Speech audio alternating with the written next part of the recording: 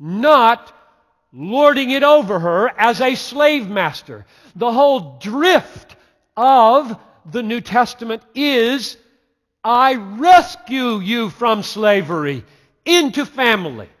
I don't create oppressive slave relationships. Therefore, saying over and over again, marriage is about Christ and the church, doesn't eliminate headship. It creates headship, but it crucifies headship and submission so that they draw down their way of doing it from a crucified Savior who loved us and gave Himself for us. Now, I'm way ahead of myself. We're out 3 weeks or so when we're talking about headship. We're not going there tonight.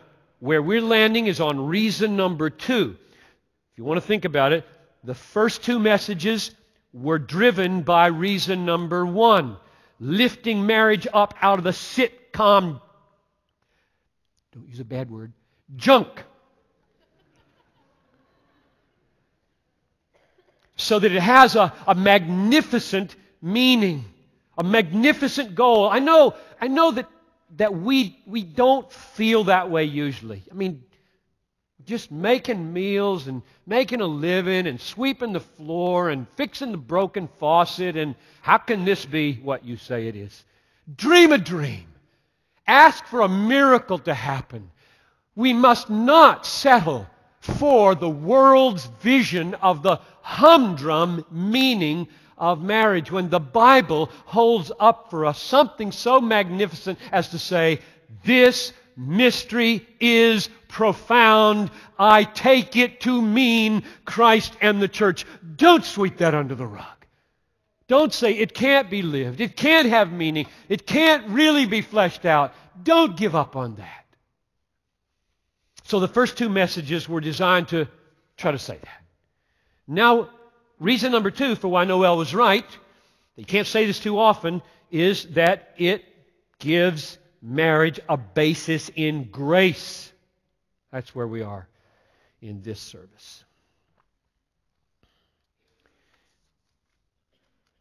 Marriage, I'm going to argue, is God's showcase of covenant-keeping grace. God's showcase of covenant-keeping grace. So that's my main point. Since Christ's new covenant with His church was created and sustained by grace, marriage lives by grace and thus displays grace. We showcase grace by resting in it individually, resting in it, and then bending it out horizontally. So it's coming down vertically from Christ to us, bought by His blood. We're receiving it, resting in it, satisfying our souls by it, not getting our satisfaction from our wives or husbands.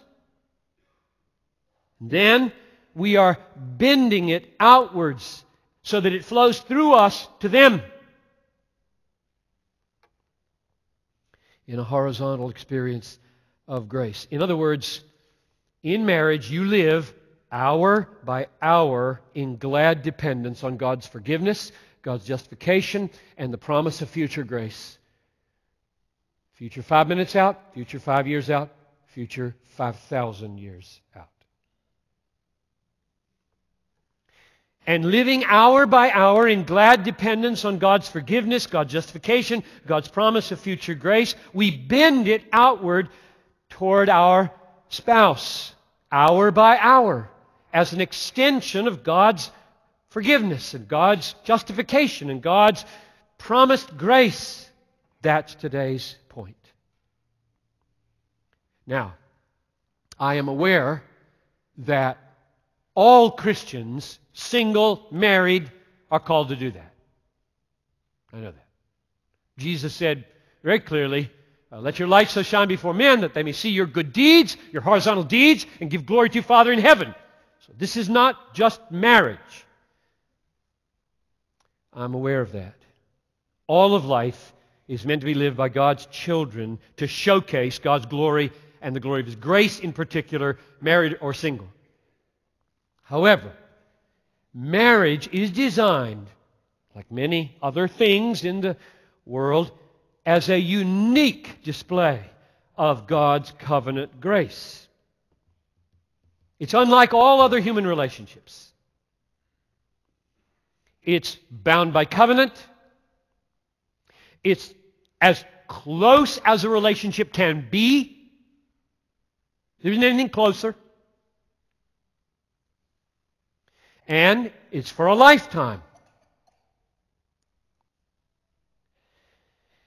And there are unique roles of headship and submission in the dynamic of its choreography, which is not my point now. That will come later. Today I'm just considering husband and wife as Christians, living by grace, bending it out horizontally in the unique challenges and the unique possibilities of this relationship that's unlike all others. So don't hear me saying it's the only place this happens on the planet. It's not. It's just uniquely demanding here. A man and a woman must learn to apply grace received to each other before they will ever get headship and submission right. This is why the order is going like this. We'll go there later. This you have to get, or that you will destroy, and it will destroy you.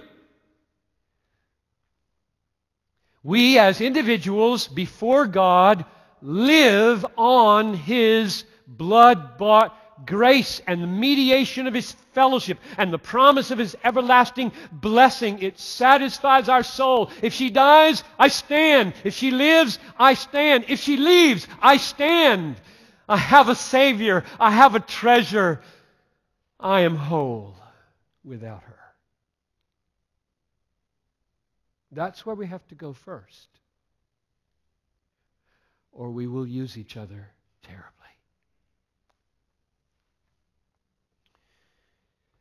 Let's put it in last week's terms. Naked and not ashamed. Genesis 2:25. When a husband and a wife experience vertically the glorious, forgiving, justifying, grace-promising blessing of God, and then bend it outwardly in a kind of horizontal forgiveness, horizontal justification, and horizontal grace extension, it is possible for two people who have many habits of which they should be ashamed to be naked and not ashamed.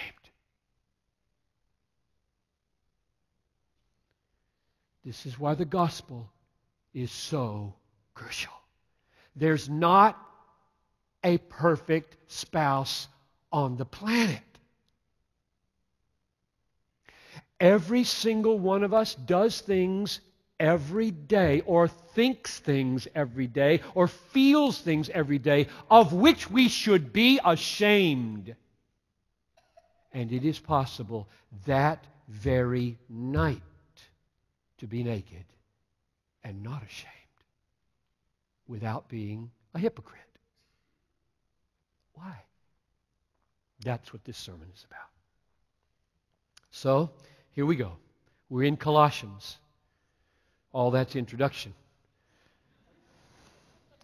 Colossians.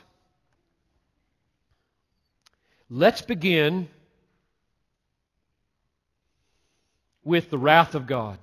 Chapter 3, verse 6.